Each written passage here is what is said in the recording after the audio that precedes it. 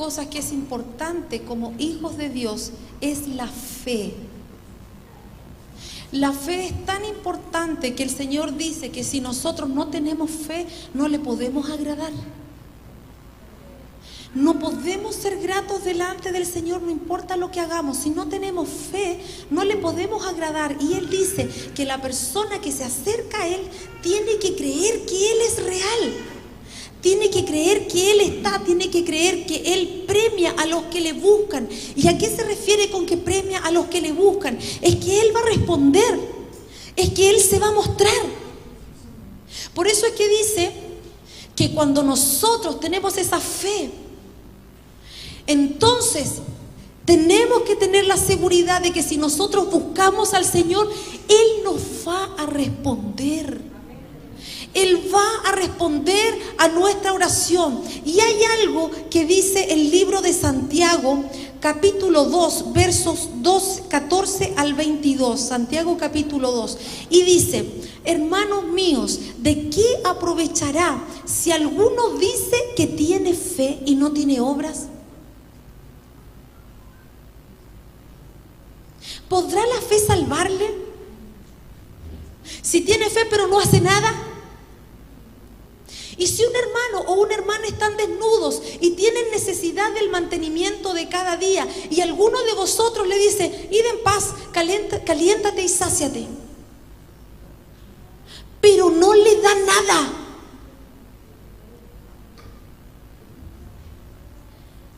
¿de qué aprovecha? Así también, si no tiene obras, esa fe es muerta en sí misma. Pero alguno dirá: tú tienes fe, yo tengo obras. Tú crees que Dios es uno, bien haces. También los demonios creen y tiemblan.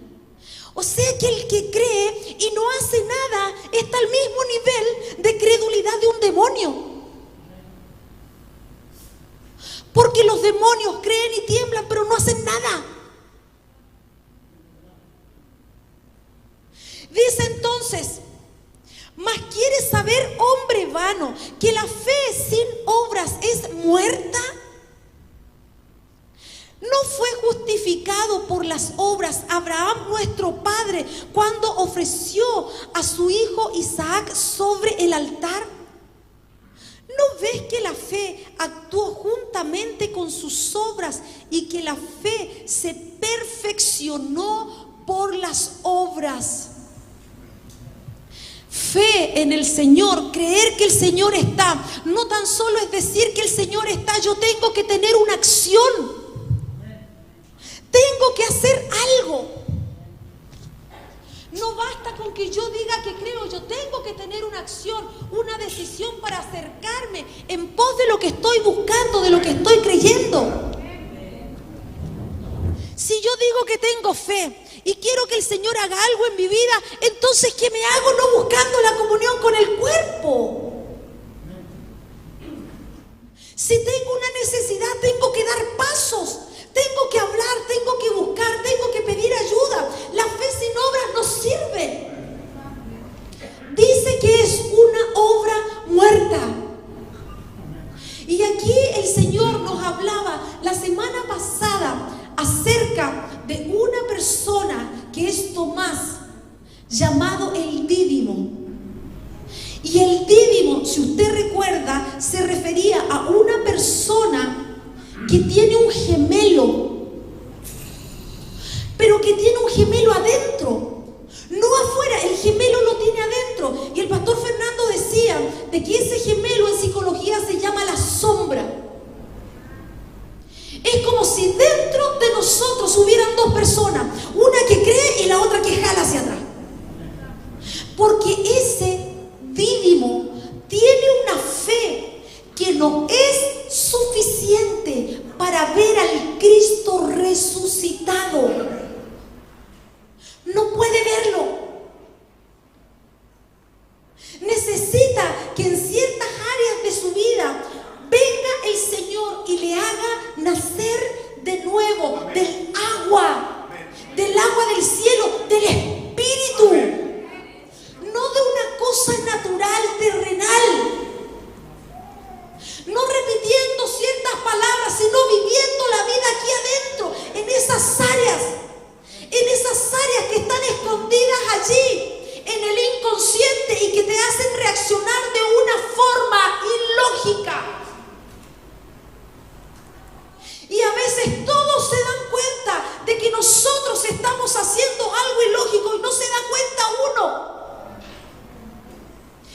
el Señor quiere quebrar ese gemelo y hacerte uno.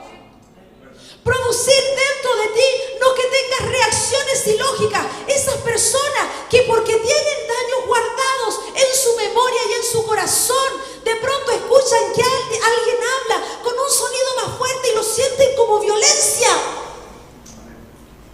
Aunque no les están haciendo violencia. ¿Y por qué? Porque tienen a ese gemelo dentro que traducen cosas incorrectamente de situaciones que viven.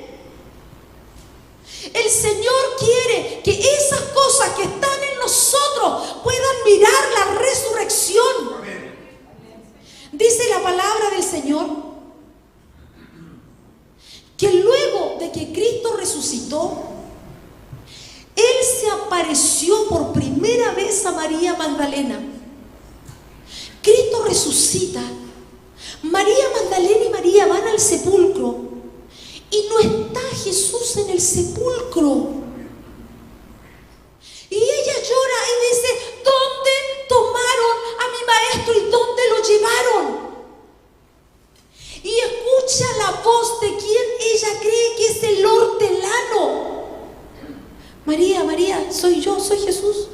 Resucité. Ella lo vio y no lo reconoció hasta que Él le dijo: yo soy Jesús. A veces la presencia del Señor está en medio de nosotros y todos la ven menos uno.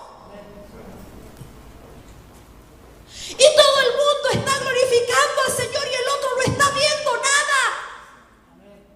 Ese es el dídimo que no logra ver al Cristo resucitado. ¿Qué pasa cuando María escucha esas palabras de Jesús? Lo ve, lo reconoce, quiere tocarlo, quiere abrazarlo, y Él le dice: no me toques, anda y dile a los discípulos, anda y diles que yo resucité. Y ella va donde los discípulos. ¿Y qué pasa? Cuando llega donde los discípulos, les dice: Jesucristo resucitó. Imagínate la revolución. Si un ser querido tuyo que ha fallecido de pronto se presentara en tu casa, ¿qué te pasaría? ¡Qué tremendo! Y no como lo muestran en esas películas donde aparece uno con cara terriblemente desfigurada, sino un rostro de gloria. Y ella les dice: Jesucristo resucitó. Y Pedro y Juan no alcanzan a terminar de escuchar el relato y corren a la tumba. Y Jesús no está allí. Y Pedro entra y ve los lienzos y creyó.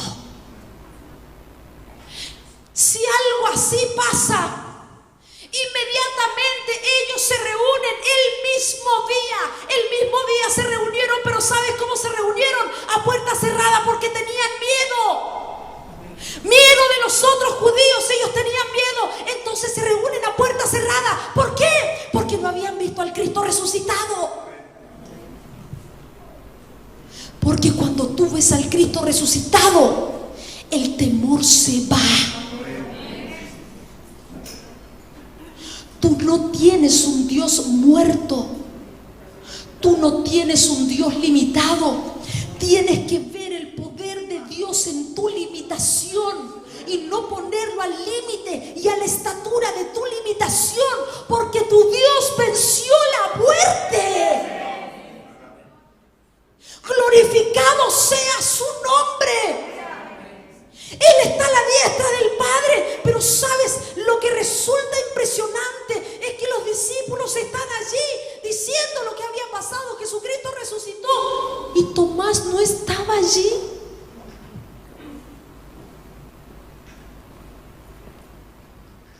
¿No te parece raro? Hay personas que cuando tienen que estar no están. Tienen la oportunidad de ir y de estar donde el poder de Dios se está moviendo y no van. Y justo ese día el poder de Dios se derramó y no están.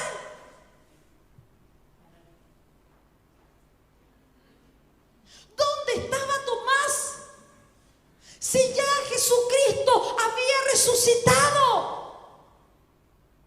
Y cuando los discípulos se encuentran con Tomás y le dicen, Jesucristo resucitó, ¿sabes qué dice Tomás? Si yo no veo la marca de los clavos en sus manos, no pongo mi mano en esa herida, y si yo no pongo mi mano en el costado, no le creo.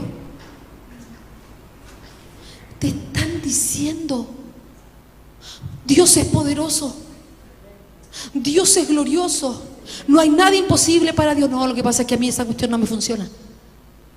¿Dónde estás? ¿Dónde estás? ¿Dónde estás? Si tu Dios ha resucitado y es victorioso, ¿qué estás mirando? ¿Qué estamos mirando en medio de la imposibilidad? Tomás tenía esta mirada, hermano. Si cuando Jesús va a ir a ver a Lázaro, Tomás dice, vamos para que muramos con él. Mira la mirada que tiene. Ese es el Dídimo, ese que está dentro de ti, que te dice, no, yo estoy en el ciclo de la depresión. No, hoy día estoy en el ciclo, estoy mal. Ese es el Dídimo que el Señor quiere sacar de tu vida, porque tú no puedes vivir cíclicamente. Ya entró en el siglo, ya comenzó eso, ya empezó otra vez eso, pero el Señor misericordioso, nuevamente se reúnen los discípulos 8 días después. La siguiente semana, y están a puerta cerrada. ¿Y qué pasa a puerta cerrada? Jesús entra y ahí está Tomás. Y el Señor le dice, se pone en medio y le dice, Tomás, pone tu mano, ven, pone tu mano aquí, pone tu mano acá en el costado. Y no seas incrédulo, porque son bienaventurados los que no vieron y creyeron. El Señor no lo rechaza, el Señor no lo excluye. Cuando el Señor aparece, se toma la delicadeza de acercarse a esa persona para que sea libre del dídimo, del gemelo. No le dice, ¿qué estás haciendo acá? ¿No creíste? Mira, mira ahora. ¿Acaso no lo hablé antes yo? Pero tú, claro, tú no estabas acá la semana pasada, po. ¿No viniste la semana pasada? ¿Qué estás haciendo acá? ¿Ahora? ¿Ahora me ves, po? ¿Ahora crees? No. El Señor reprendió ese espíritu que operaba dentro de él, y por eso le dice, no seas incrédulo, se va a la raíz. Y le dice, ahora cree. ¿Cómo se tratan estas situaciones entonces? Esas cosas que no podemos controlar. Situaciones donde hay crisis de pánico, situaciones donde hay angustia, crisis de angustia, situaciones donde reaccionamos mal sin tener razón, temores infundados, los temores más profundos. ¿Cómo se tratan entonces? El Señor Jesús le muestra a Tomás, le dice, extiende tu visión, mira mis manos,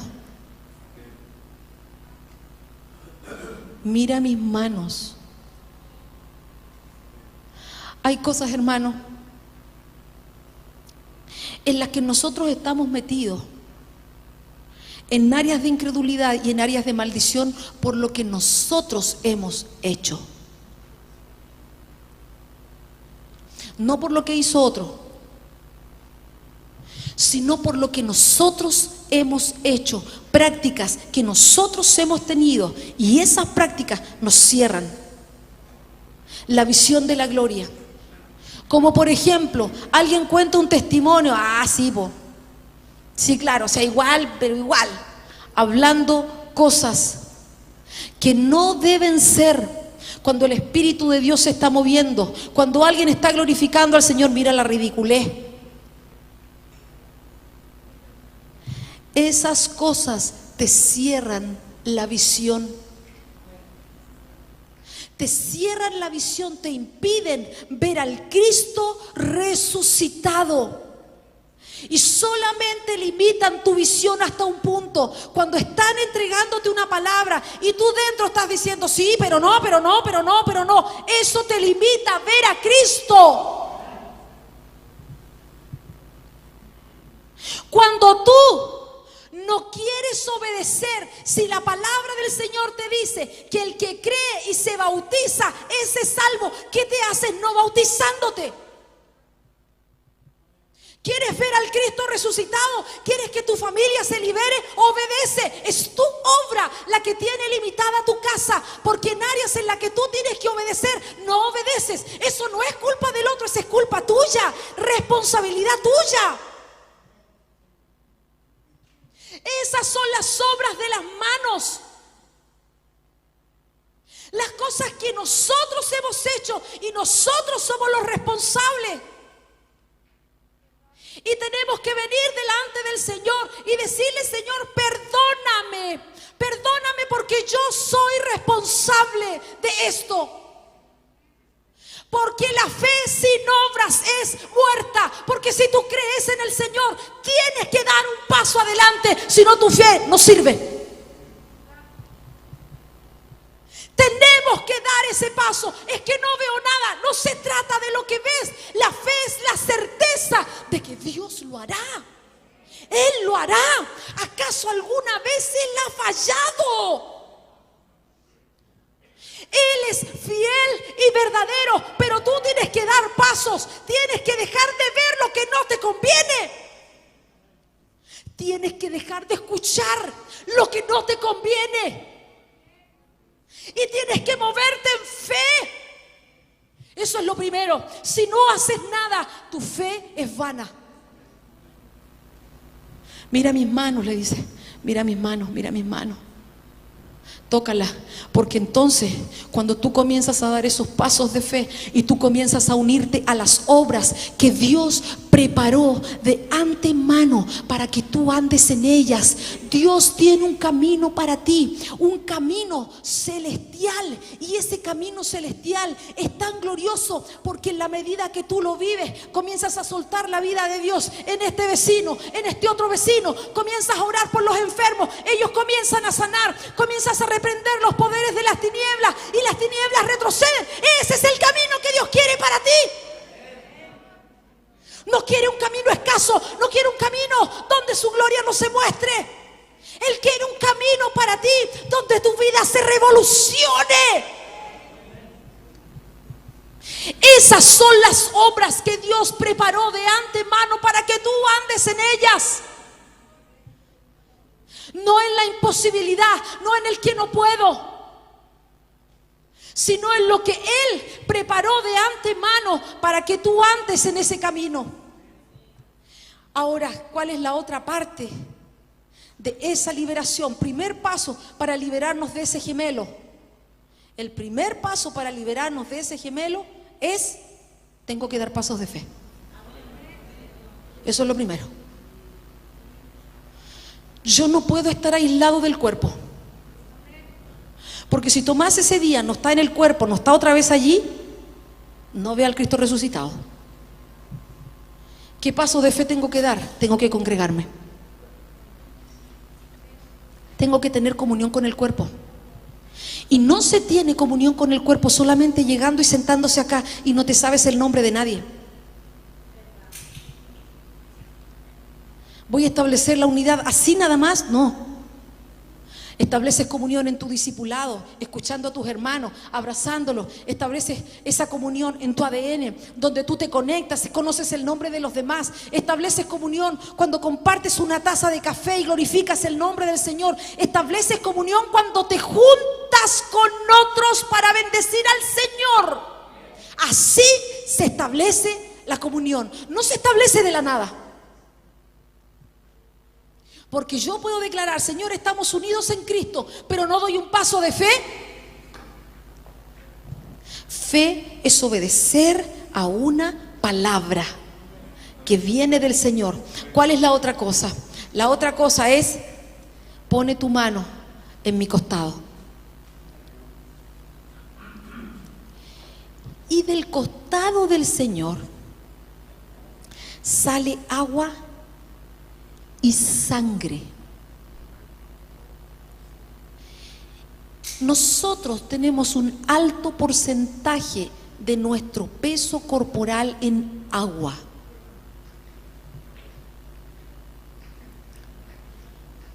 No sé qué porcentaje somos de agua. 70% de agua. El agua tiene memoria. El agua conoce la palabra y reacciona a ella. Hay un científico de 1940 que lo hemos hablado tantas veces en el ADN, Yakamoto, no me acuerdo cómo se llama, que puso los vasitos de agua, ¿cierto? Y les hablaba palabras de amor y los cristales reaccionaban. Los cristales que se forman en el agua servida no son los mismos cristales que se forman en el agua limpia, porque las palabras afectan, trayendo deformidad si son palabras feas a esa agua. El agua habla de su entorno. Entonces yo diría que esa memoria que nosotros tenemos no tan solo es esa parte de nuestro cerebro que es la amígdala, donde nosotros guardamos el temor y luego en cualquier situación que la conectamos con esa vivencia de temor, reaccionamos de una forma irracional. El agua tiene la memoria de esas cosas que tú viviste que no son culpa tuya. A lo mejor tu mamá era depresiva y hablaba siempre mal, y tú la viste y tú la viste. ¿Y qué hace esa agua dentro de ti? Adquiere esa memoria, esa imagen. Toma la imagen, toma la imagen, toma la imagen. A lo mejor en tu casa había violencia y tú tomas la imagen, tomas la imagen, tomas la imagen. Y cuando se conciben tus generaciones, siguen tomando la misma imagen, la misma imagen, la misma imagen. Allí está el agua. Y aquí te vengo a recordar lo que hablábamos en una de las predicaciones anteriores, cuando decíamos de que ese pez que era Daag se movía ¿a dónde? En esa agua que se llamaba Mem. Y en esa agua que se llamaba Mem, la definición de esa agua, Mem, es donde las personas no son conscientes de ellos mismos. ¿En cuál agua? En el agua que está dentro de nosotros. Hay dos elementos que el hombre no ha podido replicar. Una es el agua y la otra es la sangre. Porque el agua es Cristo. No pueden crearla. Podrán procesarla, purificarla, esperar que llueva, pero no pueden crearla porque el agua es Cristo. Y allí, en ese medio donde no somos conscientes de lo que hacemos, es donde Dios quiere introducirse con su palabra. ¿Cómo voy a ser libre entonces? Primero, tengo que dar pasos de fe. No puedo aislarme del cuerpo, porque en tu casa las cosas son distintas a cuando estás en comunión. Porque nuestro Dios es un Dios de cuerpo. El que no se conecta al cuerpo es un tumor.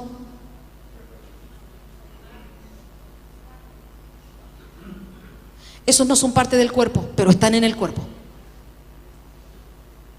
Y hacen daño. Alteran el funcionamiento de otro. Primer paso de fe. Si tu discipulado es por conexión, conéctate. Y si usted está conectado en internet y tiene una congregación, conéctese a su congregación y sea parte de la iglesia a la que el Señor le llamó. y usted sea parte del cuerpo. Es que no me gusta esto, no me gusta lo otro. Da pasos de fe. Allí está ese pez moviéndose en esas aguas donde no es consciente. Pero entonces la semilla del Señor viene y se pone ahí. ¿Cómo? Cristo es el agua de vida. Él es el verbo. Entonces, ¿qué tengo que hacer para ser libre de esas cosas? Lee la palabra, ora la palabra, declara la palabra, canta la palabra, recita la palabra, escribe la palabra, memoriza la palabra. ¿Cuántos versos conoces? ¿Cuánto tiempo pasaste en la semana con la palabra del Señor? La palabra del Señor no es escuchar una predicación, es que tú tomas las escrituras y las comienzas a leer. ¿Cuántos cuadros de palabra hay en tu casa? ¿La colgaste? ¿La escribiste? ¿La memorizaste? Cambia, pone otra. ¿Cuánta palabra tienes dentro de ti? ¿Cuánto recitas la palabra? ¿Cuánto oras la palabra? ¿Cuánto amas la palabra? ¿Por qué? Porque en un momento esa palabra te va a liberar. Si eso fue lo que le pasó a Tomás, a los 8 días de recibir la palabra, Cristo resucitó, fue liberado. La liberación está en el tiempo del Señor. Pero tú, ¿qué tienes que hacer? Vive el agua. Me sorprendió, no sé cuántos han leído el libro de la oración de Paul Yonggi Cho. Tiene la montaña de oración. Y había una mujer que estaba enferma, y la forma en que el Señor soltó su poder sobre ella fue escribiendo un cuaderno entero.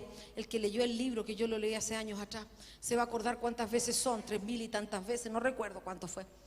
Escribió en su cuaderno: por sus llagas fui sanado, por sus llagas fui sanado, por sus llagas fui sanado, por sus llagas fui sanado, por sus llagas. ¿Por qué? ¿Por qué se hizo eso? Porque la mujer iba cada vez a que el pastor Paul Yonggi Cho orara por ella y por sanidad, y no se sanaba. La ungían y no sanaba. Oraban por ella y no sanaba. Entonces el pastor le dijo: escribe, por sus llagas soy sana. Llegó un momento en que esa escritura se hizo vida en ella y fue sanada sin que nadie le ungiera, sin que nadie pusiera las manos sobre ella. Si estás en esa situación, ora la palabra, memoriza la palabra, lo que tú necesitas. Si tú tienes temor, comienza a escudriñar la palabra del Señor hasta que ese temor en tu inconsciente desaparezca. Tú no tienes que hacerte regresiones. Tú no tienes que hacer meditación. Si meditas, tienes que meditar en la palabra. La palabra es viva, no es solamente un libro, es vida. Es poderosa, es lo que el resucitado nos dejó. Tienes que amarla. No pudieron hacerla desaparecer. La persona que tradujo a la versión Reina Valera pagaba con la vida para escribirla.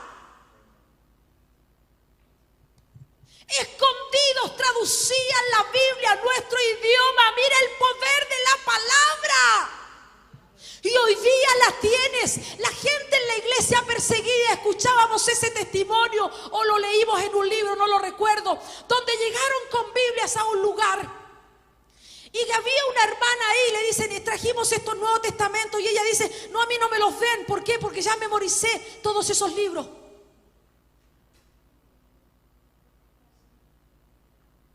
¿Cuánto tenemos de la palabra dentro? Toma la palabra y se va a producir una acción sobrenatural del Señor. El problema es que nosotros tomamos nuestra palabra, el testimonio de otro, la obra de otro. No, memoriza la palabra del Señor. Y la otra parte que el Señor le mostró a Tomás fue la sangre. La sangre es estar establecido en Cristo. La sangre te establece en Cristo. Trae la comunión. ¿Te puedes imaginar que cada uno de nosotros tiene la marca de la sangre de Cristo? Que si apagáramos las luces y si nos viésemos cómo se ve en el mundo espiritual, se vería esa lucecita de la sangre en ti. Que no somos personas comunes. Tenemos a la luz viviendo dentro. Si tú le recibiste, si tú vives en Él, si tú te bautizaste, tienes su marca dentro. No te ves de cualquier manera. Y cuando vas por la calle, el infierno tiene que pedirle permiso al Señor para tocarte. Por eso es que las cosas no te ocurren como te pudiesen ocurrir, porque el Señor está contigo, porque tú tienes su marca. ¿Cuál es esa marca? Es la marca de la sangre. Por eso es que aunque te pasaron situaciones difíciles, el Señor te guardó. El Señor te libró, el Señor te sustentó. ¿Por qué? Porque tú tienes su genética. ¿De a dónde? En la sangre. Y la sangre de Jesucristo, su Hijo, nos limpia de todo pecado. Pero si tú tienes esa sangre del Cordero, tienes que hacer comunión. Tienes que hacer cuerpo. Son esas dos cosas que el Señor utilizó para liberarnos del gemelo. ¿Cuál es el gemelo? Es el dídimo, es ese otro yo dentro de mí que se opone a la fe y que me daña, que no me permite crecer más allá. Ponele el nombre que tú quieras: temor, rechazo, ruina, pobreza, violencia. Ponele nombre. Ponele nombre. ¿Qué nombre le quieres poner? ¿Depresión? ¿Crisis de pánico? ¿Falta de identidad? Si no le quieres decir rechazo, ¿cómo le quieres poner? ¿Cuál es la clave para que salgas de eso? Las manos, el costado, agua y sangre y pasos de fe. Y cuando hablamos de esto, entonces vemos un ejemplo que está en dos gemelos que están en las Escrituras. Estos son Jacob y Esaú, dos gemelos. Esta es la historia. Isaac se casa con Rebeca a los 40 años, pero ella no concibe. Tiene 60 años, 20 años sin hijo. Y en ese momento Isaac ora por su esposa Rebeca. Y ella concibe. Él ora al Señor, dice la palabra, que oró al Señor para que su esposa pudiese concebir, y ella se embaraza de dos gemelos. Pero ¿sabe qué pasa dentro de ella? Los bebés acá dentro, dice la palabra, que pugnaban, que disputaban, y eso significa despedazarse. Si las mamitas cuando están embarazadas dicen: no, se movió este bebé, o se movió esta bebita, se movió este bebecito, y les mueve el estómago aquí una cosita, imagínate dos bebés peleándose dentro. Anda a dormir, María. Despedazándose dentro. ¿Y qué hace Rebeca? Rebeca no se va donde Isaac a decirle: ¿sabes qué pasa? Que los bebés me están molestando. No, ella se fue donde el Señor. Tú tienes que irte donde el Señor. ¿Y sabes qué le dijo cuando se fue donde el Señor? Le dijo: tengo una pugna con estos bebés aquí adentro que prefiero morirme.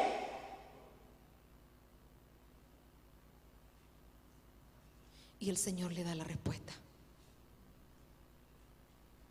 El Señor le dice: dentro de ti hay dos naciones que están en disputa desde el vientre, que se despedazan desde el vientre. Una va a ser más fuerte que la otra, y el mayor va a servir al menor. Por eso es que cuando tú tienes un problema y una dificultad, no tienes que ir a reclamarle a tu esposo. No tienes que ir a reclamarle a tu esposa. Tienes que ir donde el Señor y postrarte, porque Él sí te escucha y sí te oye. No busques la respuesta en cosas naturales. Busca la respuesta en el Señor. Llama a su nombre, toca su presencia.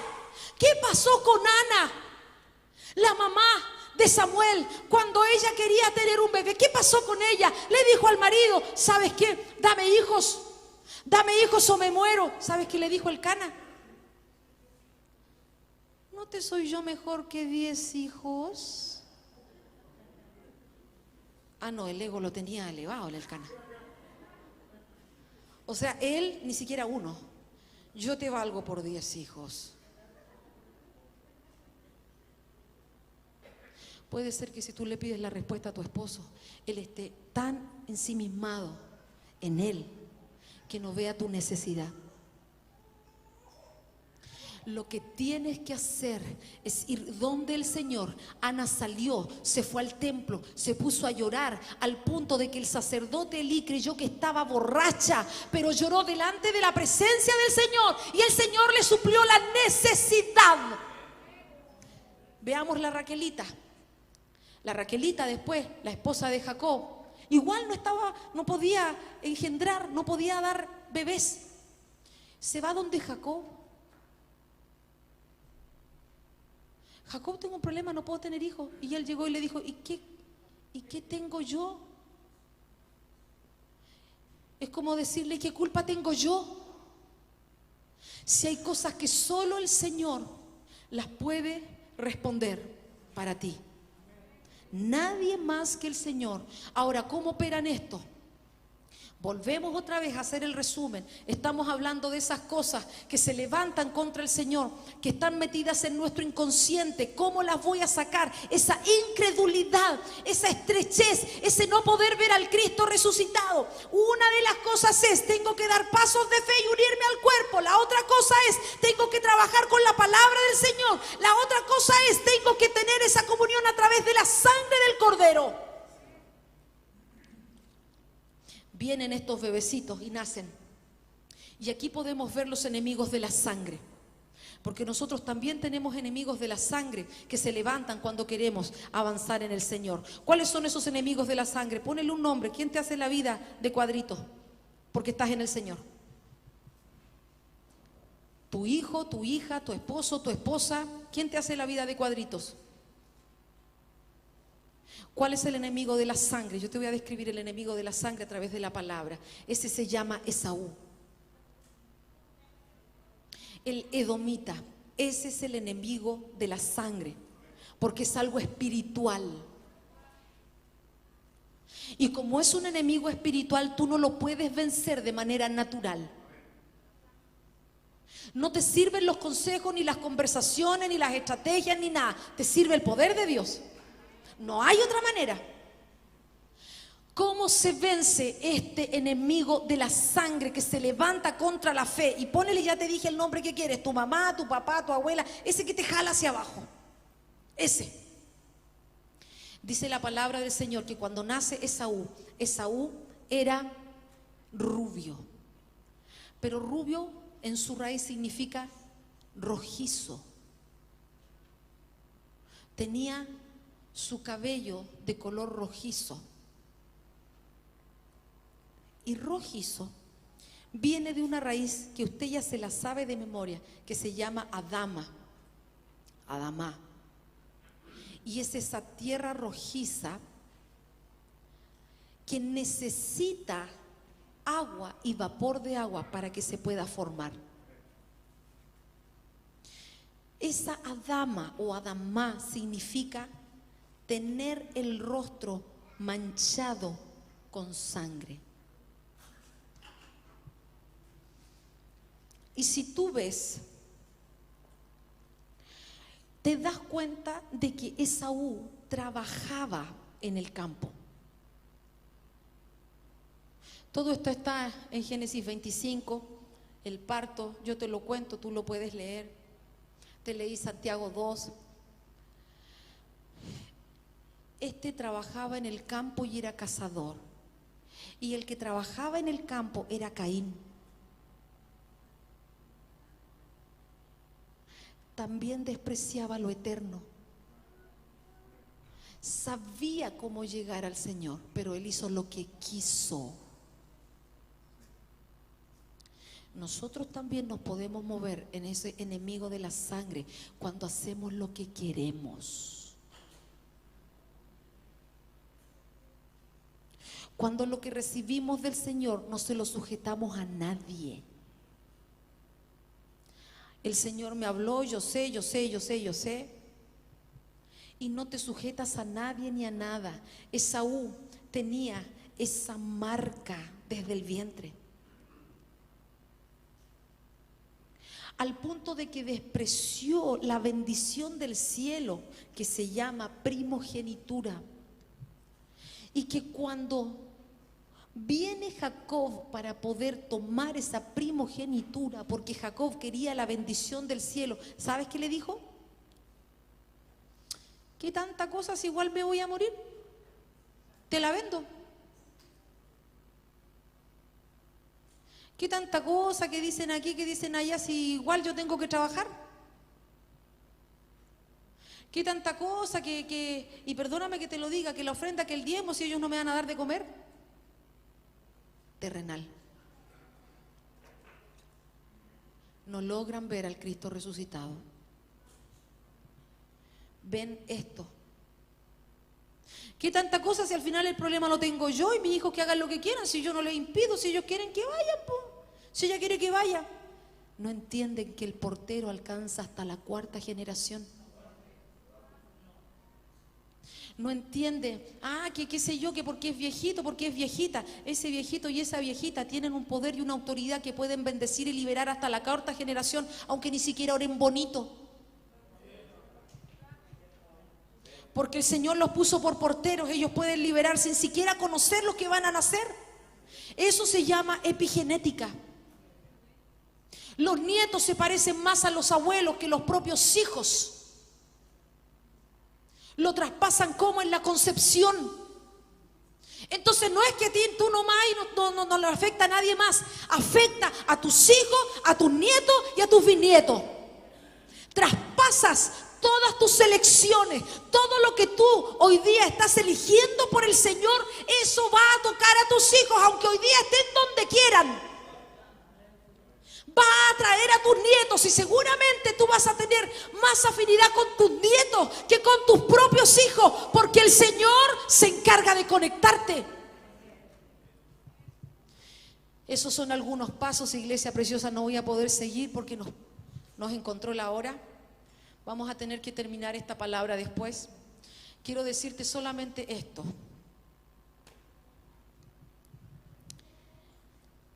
Para liberarte de esas cosas tienes que tener una acción.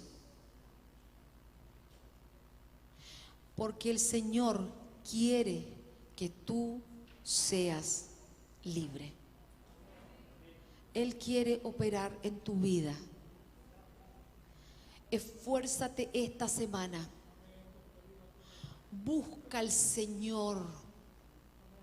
Hay gente que dice yo oro y busco al Señor, pero no lo hacen lo suficiente. Clama y toca su puerta hasta que Él te responda. Y camina esta semana en esas obras que el Señor preparó de antemano para que tú andes en ellas.